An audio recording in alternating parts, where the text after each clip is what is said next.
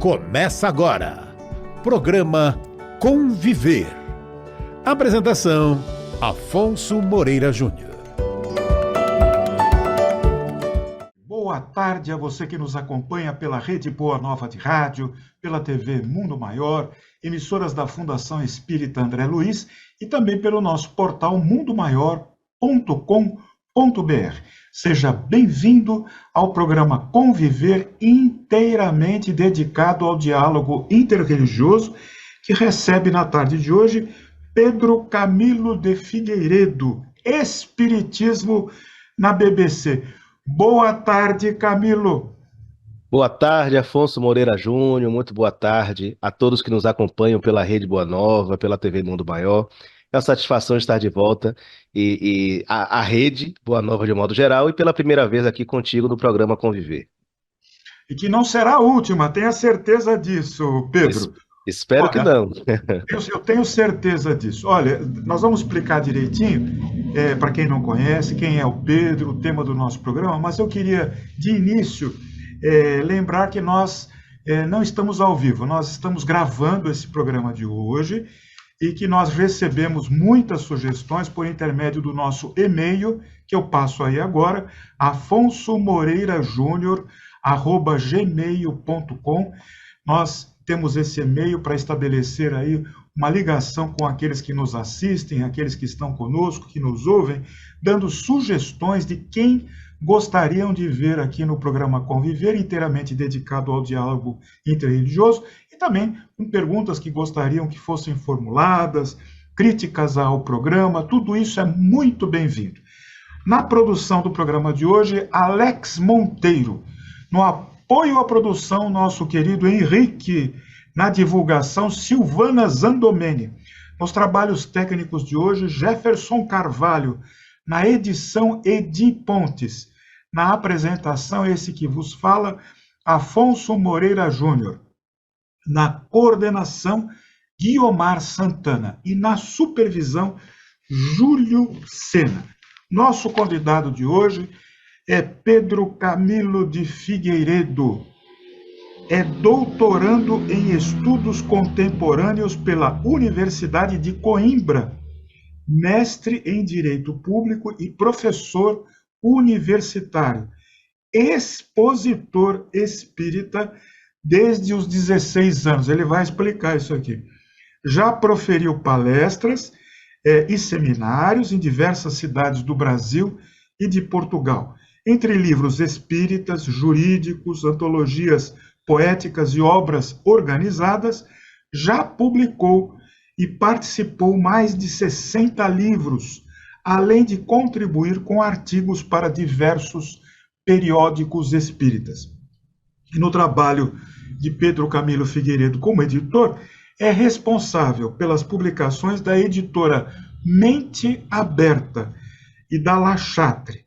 Tem pesquisado há mais de 20 anos a vida e a obra da médium Ivone do Amaral Pereira, sobre quem já publicou 5 livros. Bom, Ivone do Amaral Pereira, Memórias de um Suicida, caiu na boca da BBC, melhor dizendo, caiu no microfone da BBC. Mas quem é essa tal de BBC, para quem não conhece? A BBC é a British Broadcasting Corporation, é uma corporação pública de rádio e televisão do Reino Unido, fundada em 1922. Possui uma boa reputação nacional e internacional. Por vezes, é chamada afetuosamente pelos britânicos como BB, The Corporation ou IANT.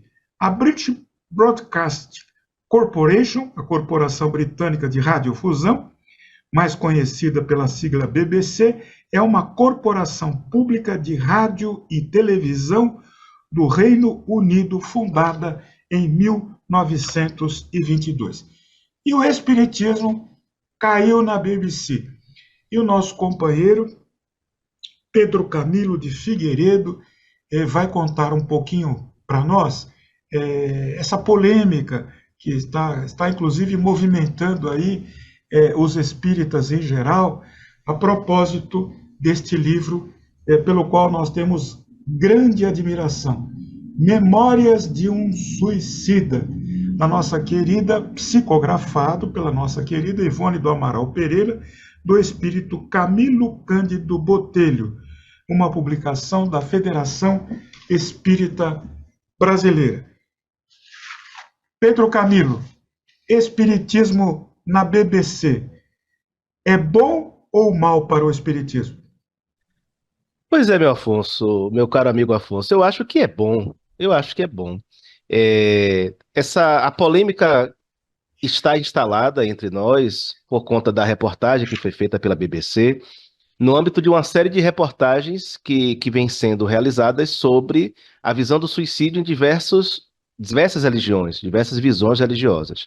E esta foi a terceira reportagem e calhou de se falar do Espiritismo, dando-se um enfoque ao livro Memória de um Suicida e a narrativa que o livro traz em torno do chamado Vale dos Suicidas, que é uma região que é apresentada pelo Camilo Castelo Branco e pela médium, pensando que o livro é sempre, um livro mediúnico é sempre uma parceria entre espírito e médium, e dando um enfoque demasiado ao aspecto do sofrimento, da dor, que é relatado no livro dos suicidas, e como isso repercutiria negativamente sobre o luto das pessoas que ficam, dos entes queridos ligados àquela pessoa que faz a escolha pelo suicídio. Naturalmente que eu penso que há de um lado uma incompreensão por parte dos espíritas que gostariam de ver retratados aspectos doutrinários de forma mais detida na reportagem, mas por outro lado nós sabemos que uma reportagem de um órgão que não é religioso e que não é espírita, naturalmente vai fazer uma abordagem limitada, uma abordagem que tende aí, claro, a apresentar falhas, a apresentar lacunas. Mas para além disso, a mim particularmente me parece que a reportagem foca um aspecto, apenas um aspecto. Há um desequilíbrio no discurso que a reportagem traz, porque ela elenca, ela dá vozes a familiares de suicidas, a outras pessoas estudiosas, até simpatizantes do espiritismo, que fazem críticas à obra, e eu acho que todas as críticas são sempre bem-vindas, eu não tenho problema qualquer com esse aspecto. E, por outro lado, não dá espaço, primeiro, para se considerar os poréns, né, as variáveis do livro, e mais do que isso, para mostrar um outro lado, né, e ficou transmitindo a ideia de que o espiritismo tem um discurso punitivista, um discurso de castigo, um discurso que penaliza e que amargura ainda mais as famílias que ficam, quando na verdade nós sabemos, e há estudos inclusive sobre isso, que dentre as religiões conhecidas, é exatamente o espiritismo quem mais trata do assunto, quem mais trabalha pela prevenção e quem mais trabalha pela valorização da vida. Então houve, de certa forma, uma injustiça da BBC nesse desequilíbrio, né, de visões.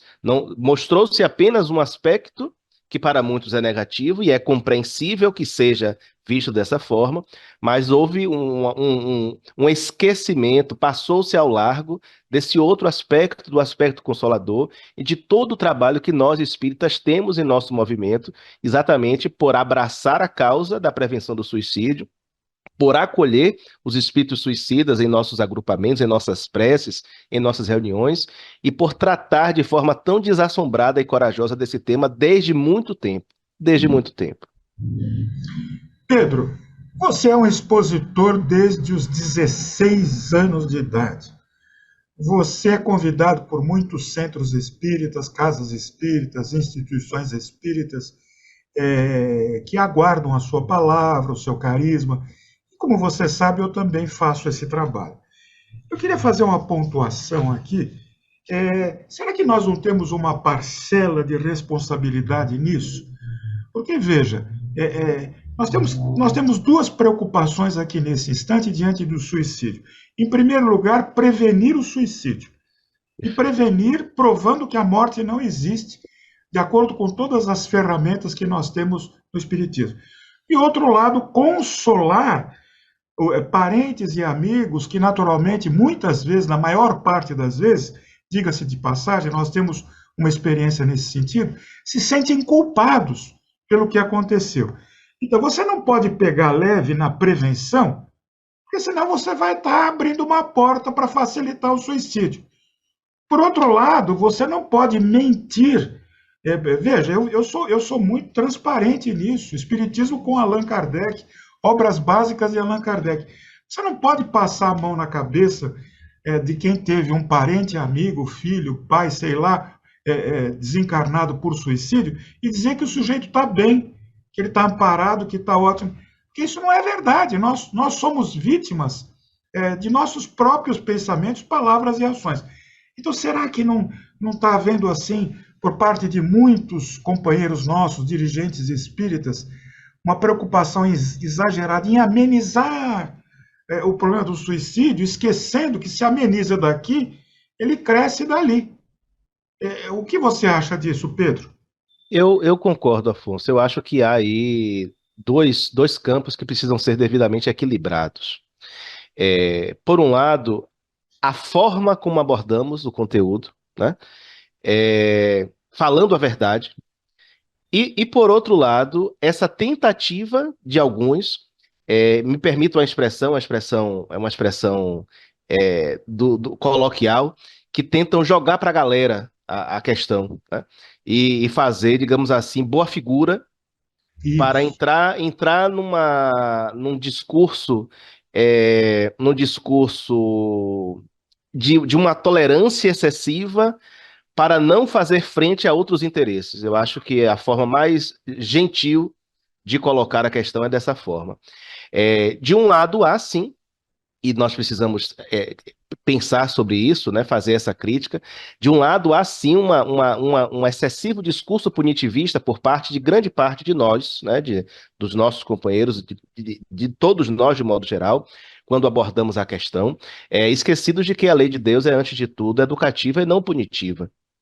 E é preciso pontuar que grande parte do sofrimento que qualquer um de nós passa, seja como suicida, seja em função de quaisquer outros equívocos praticados, tem muito a ver conosco mesmo, com as nossas escolhas e com, muitas vezes, a consciência de culpa que nós carregamos, né? A culpa tem um papel muito forte na determinação dos caminhos que nós vamos encontrar.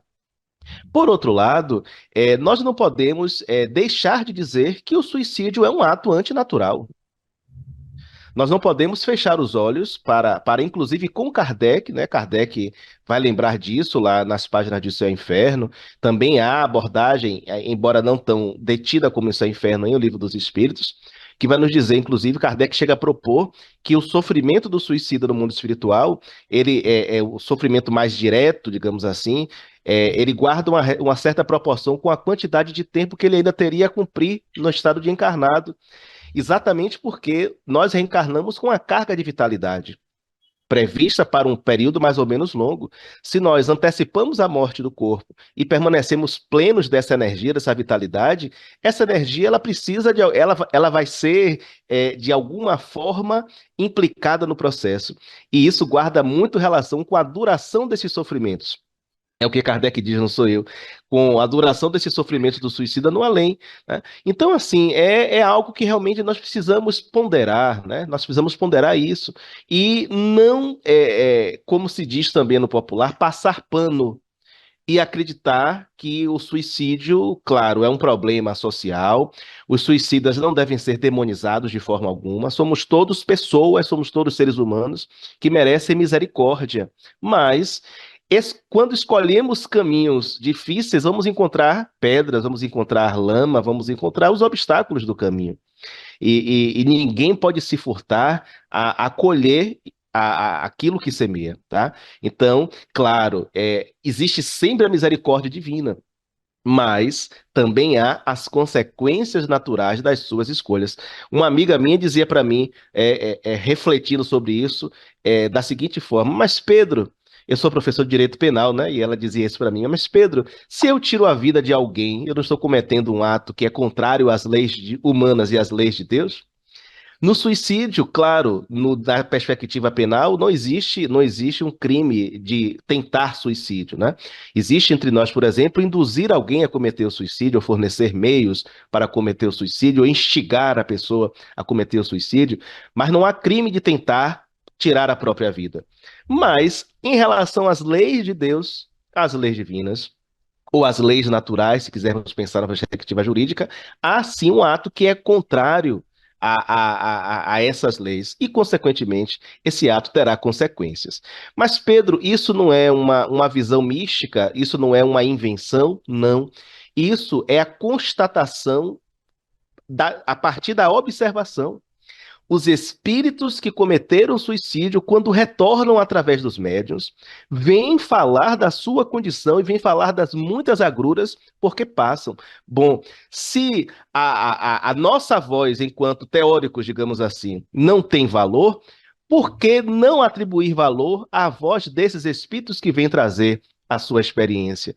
Por que fazermos ouvidos moucos a esses espíritos, a esses discursos, sob quaisquer justificativas, tá? Então, assim, é claro que precisamos abordar a questão de forma mais fraterna, de forma mais humana, tenho toda a concordância com isso, mas nós não podemos tapar o sol com a peneira.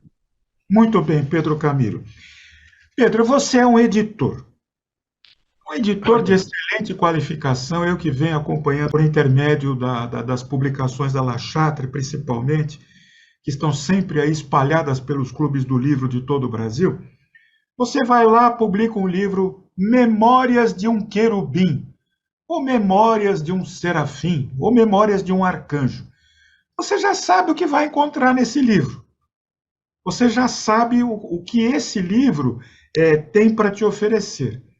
Agora, você vai lá e abre um livro, Memórias de um Suicida. Você já sabe o que está esperando você naquele livro. Então, me parece que há uma certa ingenuidade ou uma certa fragilidade aqui da tradutora Dona Maria Cecília Centini, de 63 anos, pela qual nós temos todo o respeito, que ela tem, diz ela que ela nunca conseguiu ler Memórias de um Suicida, da médium Ivone do Amaral Pereira, e você muito bem colocou num artigo seu que a partir do segundo capítulo já começa a consolação e vai aí ao longo do livro. Então, será que não há aí digamos assim, um desencontro de informação de quem procura esse livro?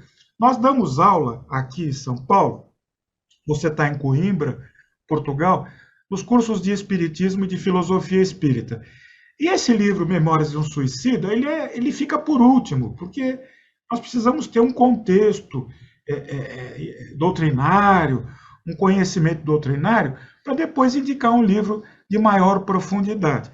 Então, eu queria perguntar a você, Pedro, queria que você reforçasse essa colocação que foi sua, tão bem colocada, a partir do segundo capítulo, Memórias de um Suicida, é um livro consolador, explicativo, amplia a visão da vida no mundo espiritual. Eu acho que merece esse enfoque da sua parte aqui. Exatamente, Afonso, exatamente. Primeiro, entender o seguinte: o livro, ele é um romance, e como todo romance, ele parte também da realidade, mas ele também recria a realidade. É um romance escrito por um espírito que, quando encarnado, foi um romancista de mão cheia, o Camilo Castelo Branco, e naturalmente, e que transitou na sua escrita do romantismo para um realismo, né? Quase que um naturalismo, e isso está presente no livro, né? Esses traços estilísticos estão presentes no livro. E em se tratando de um escritor do século XIX, que escreve no início do século XX, onde escasseavam recursos que pudessem formar na mente do indivíduo a imagem do que ele desejava falar, porque o excesso de descrição tem a ver com isso, né?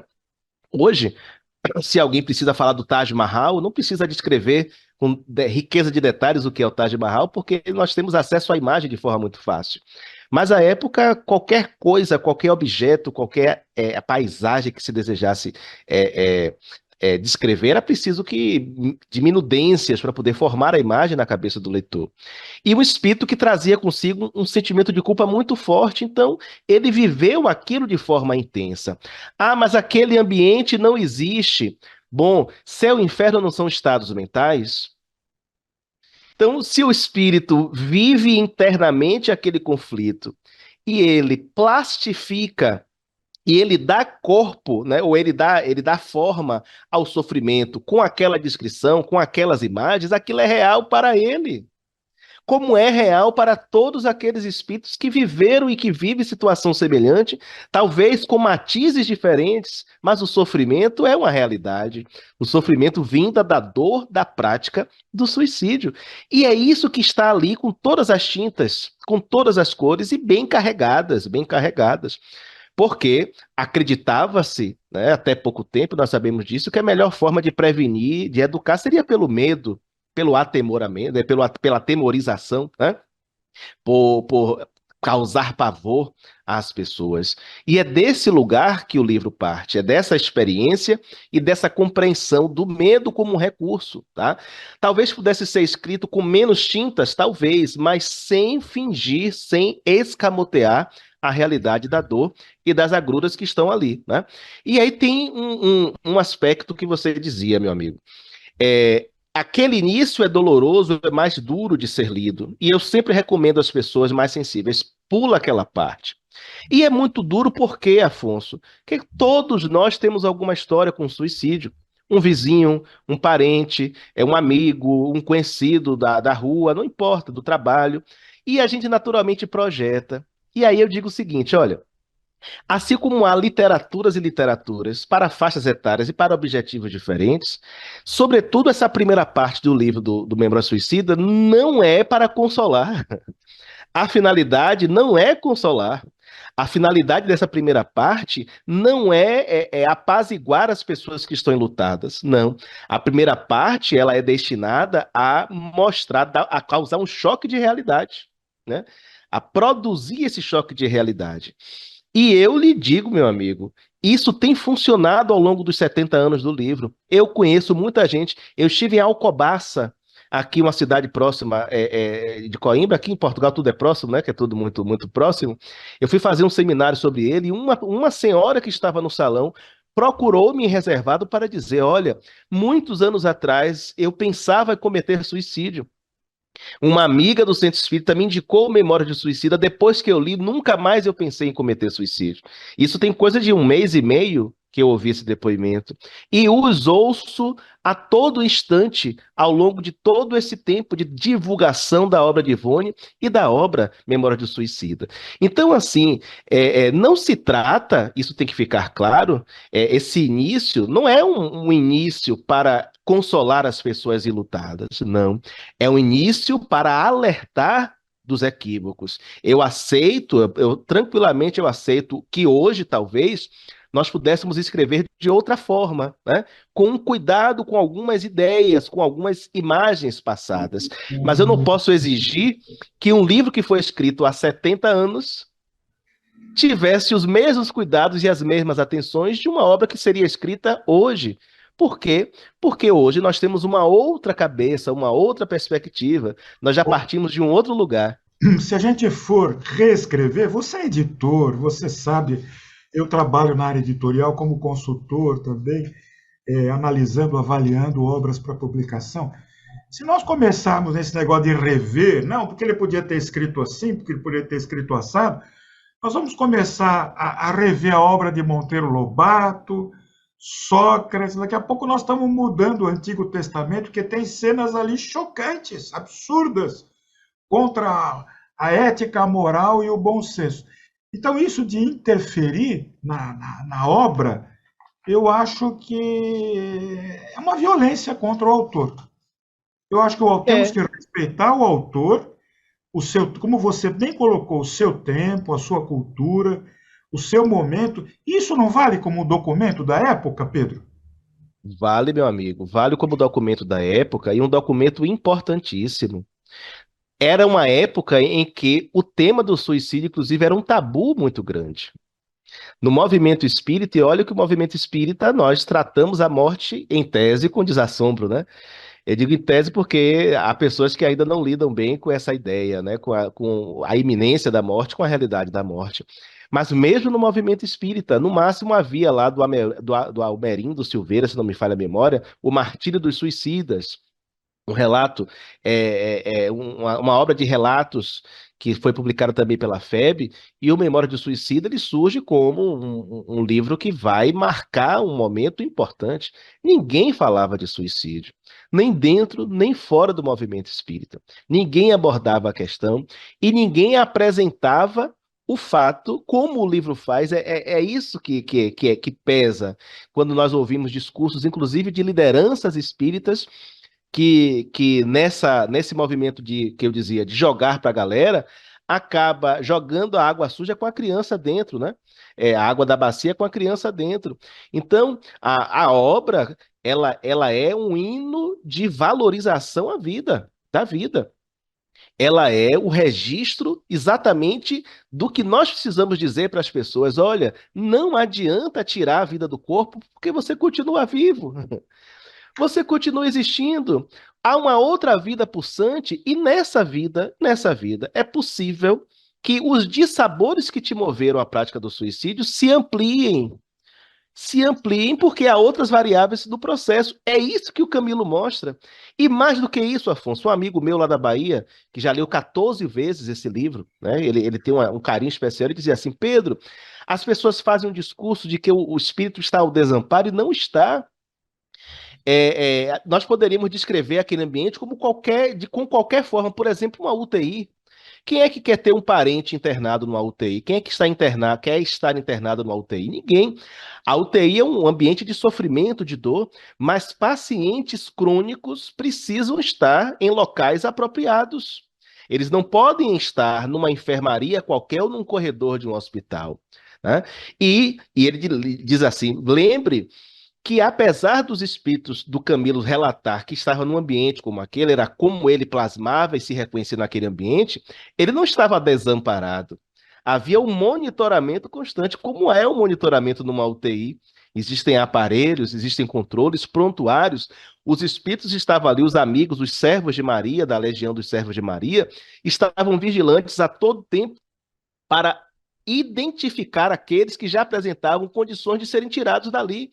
Então, essa ideia de que o espírito fica em regiões assim, sofrendo horrores e não há misericórdia divina, é o contrário.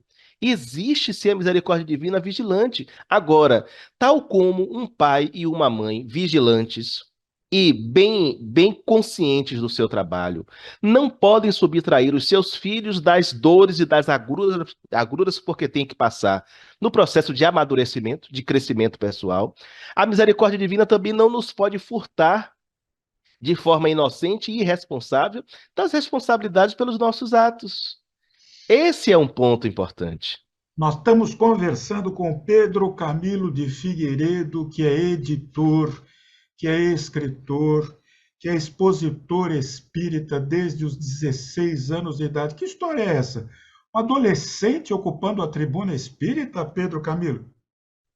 Pois é, meu amigo, desde os 16 anos eu conheci o Espiritismo em fevereiro de 1995. Eu tinha 13 anos e já tivera contatos com fenômenos mediúnicos na Umbanda, no Candomblé. Eu transitei também por aí com meu pai. Fui atraído por uma reunião espírita que acontecia no bairro em que eu morava, numa escola, e a partir de então eu não mais me desliguei. Aos 15 anos comecei a participar de reuniões mediúnicas na casa espírita, né? Minha primeira reunião mediúnica foi aos 15 anos, e aos 16 proferi a minha primeira palestra, cujo tema foi a escala espírita. E de lá até então, eu vou completar este ano 43 anos.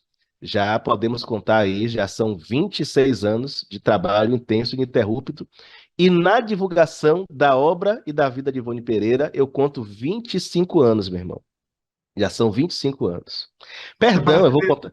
29 brasileiro. anos. Hein? 29 anos. Brasileiro, Pedro?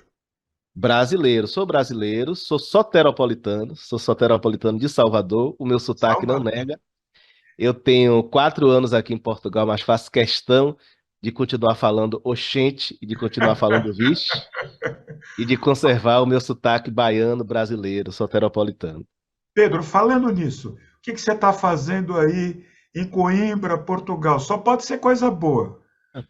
Eu estou fazendo doutorado, né? Faço um doutorado em estudos contemporâneos, que é um doutorado interdisciplinar, onde eu estudo o retorno compulsório de imigrantes em situação irregular em Portugal e na Espanha. Então, hoje o meu foco é esse. Já estou aqui há 4 anos e meio, tá? Devo retornar ao Brasil em fevereiro de 2025 para reassumir minhas funções como professor concursado da Universidade do Estado da Bahia. Muito bem. Aproveitando que você está por aí, Portugal, meu avôzinho, como é que está a questão do preconceito contra os brasileiros ou a preocupação do português em relação à concorrência desleal dos brasileiros em Portugal? Na verdade, há um discurso que é sustentado por alguns segmentos políticos mais reacionários, de que o imigrante é uma ameaça à estabilidade econômica, né, social e cultural do país. Mas os dados demonstram exatamente o contrário. Eu tenho acompanhado bastante isso. O país é um país que está envelhecendo, o mundo está envelhecendo, né? As pessoas cada vez menos têm filhos e quando têm em idades mais avançadas. E a sociedade europeia e a portuguesa, no recorte aí, está envelhecendo. E precisando de mão de obra em diversos setores, em diversos setores. E há dados, inclusive, que mostram, né? Há pessoas que tentam associar, por exemplo, o imigrante à criminalidade e que mostram que a taxa de pessoas de fora, imigrantes, que cometem crimes, tem diminuído ao longo do tempo. Há dados que mostram, por exemplo, que a Seguridade Social ela é cada vez mais financiada pelos estrangeiros. São aqueles que mais dinheiro injetam na segurança social e que menos benefícios recebem da segurança social. E que normalmente os postos de trabalho que ocupam são postos que são negados, que são recusados pelos nacionais. Então há um discurso falacioso, contrário ao diferente, ao estranho, infelizmente, né? Não é de hoje, é de sempre na humanidade. E como cada vez mais Portugal vem recebendo imigrantes, não só dos países de língua portuguesa, mas também de outros países como Paquistão, como Índia, como Bangladesh e outros tantos, há uma resistência muito grande a essas outras pessoas que são culturalmente mais diferentes, né? E assim, existem ações de xenofobia mais declaradas, mas há, digamos assim, uma certa tolerância e, apesar dos pesares, uma convivência pacífica no país. Nós comemoramos aqui recentemente, no dia 25 de abril, a Revolução dos Cravos. Como é que foi por aí? A Revolução dos Cravos, a comemoração de mais um ano dessa revolução que devolveu a democracia, a liberdade a Portugal, Pedro. Muito, muito intenso. Foi algo que mobilizou o país, inclusive com a recepção de vários representantes de outros países, de outros lugares. E ainda tem sido, né? É algo que vem sendo falado já há muito tempo. Em Portugal se valoriza muito a questão da retomada da democracia em 25 de abril de 1974. A minha filha mais velha, que tem 10 anos, está na escola, inclusive participou de atividades na escola que rememoram esse momento, que falam sobre liberdade, que falam sobre fascismo, que falam sobre o cerceamento da liberdade de expressão e que buscam dar consciência às novas gerações da importância de valorizarmos essas conquistas que são conquistas que garantem que continuemos vivendo numa sociedade mais justa, mais igual, mais fraterna. Aqui em São Paulo, na Casa de Portugal, foi uma festa, viu?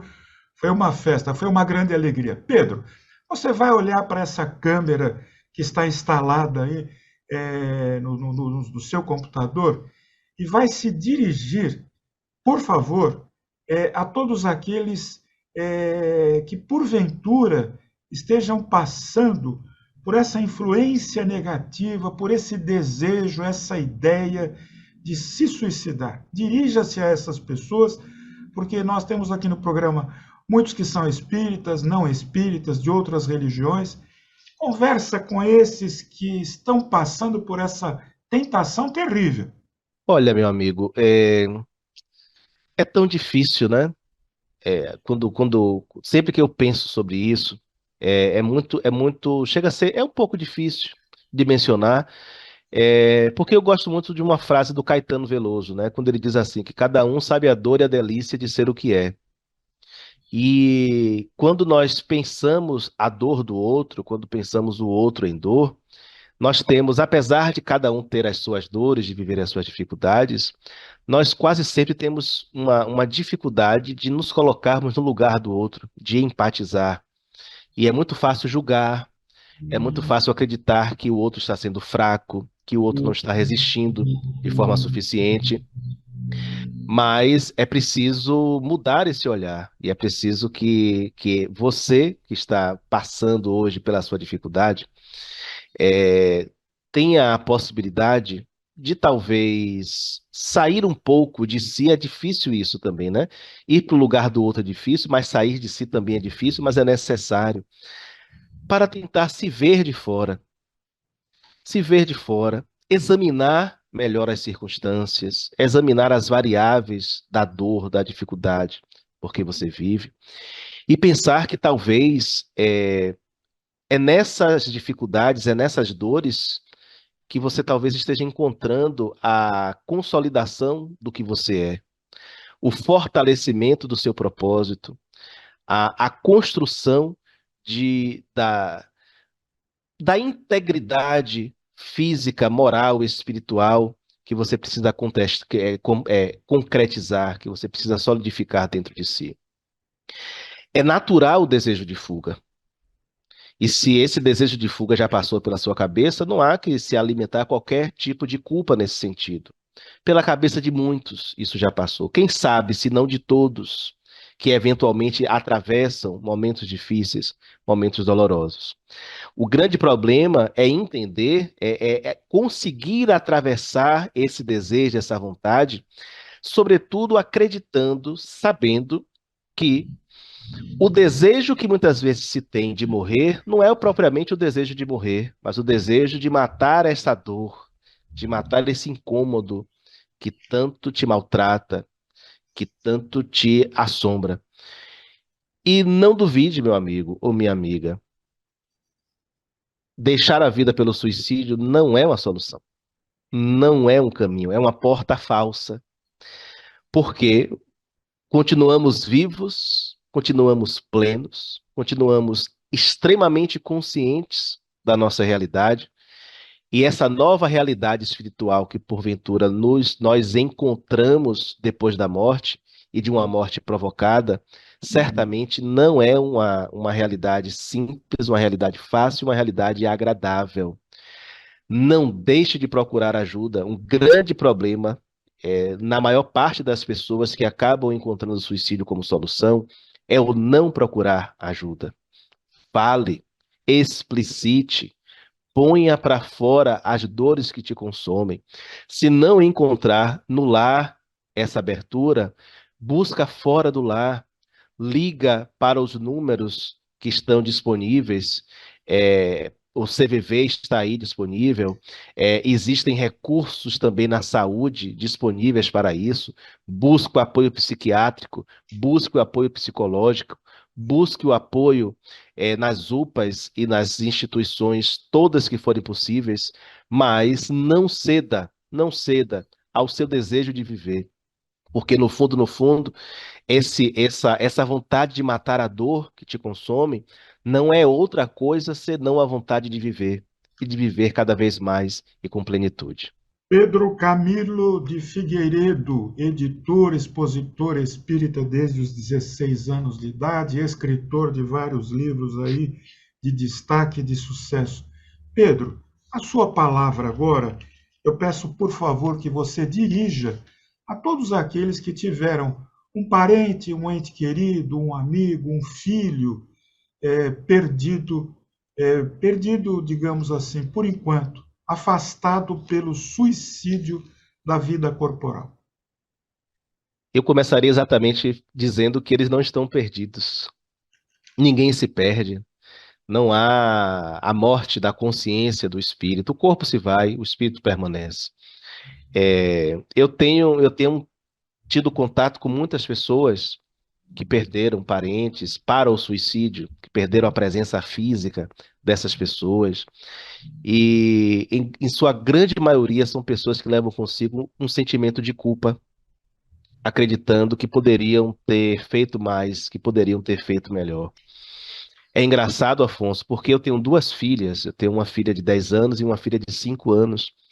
E quando eu ouço todos esses relatos, eu penso nas minhas filhas.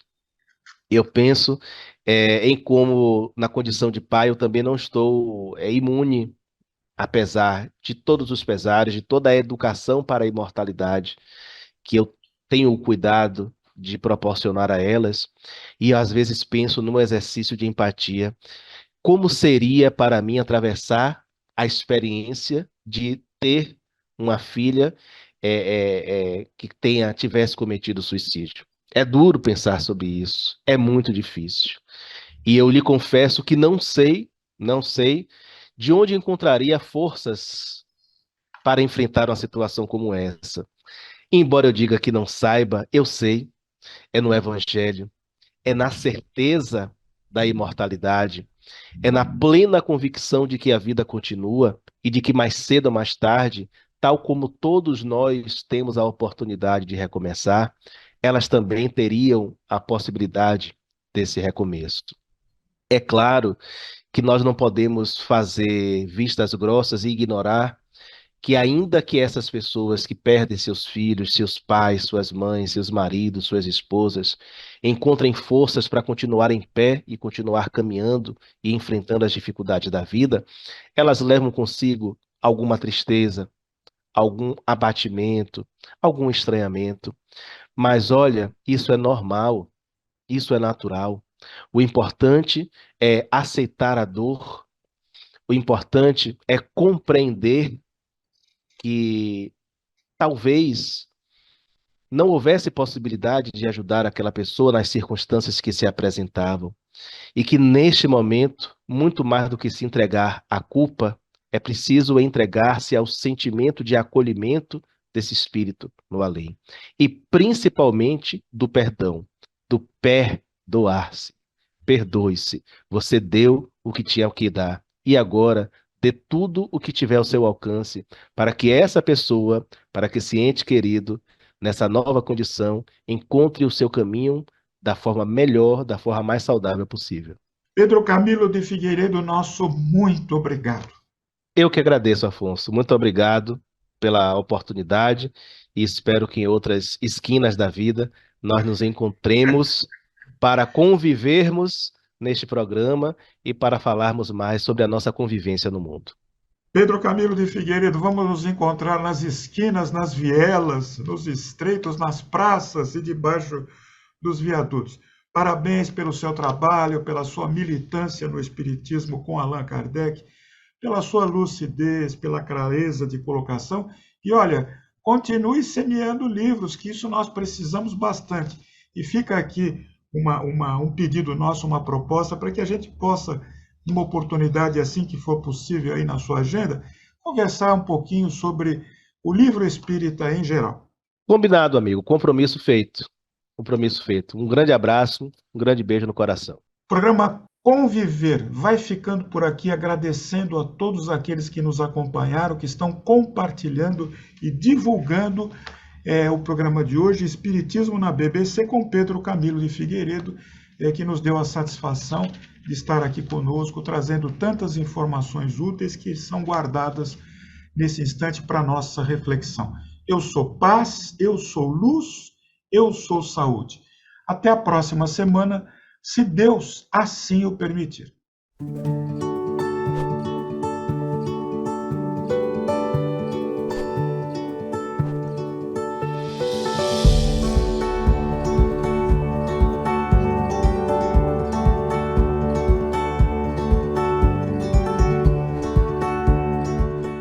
Você acompanhou Programa Conviver.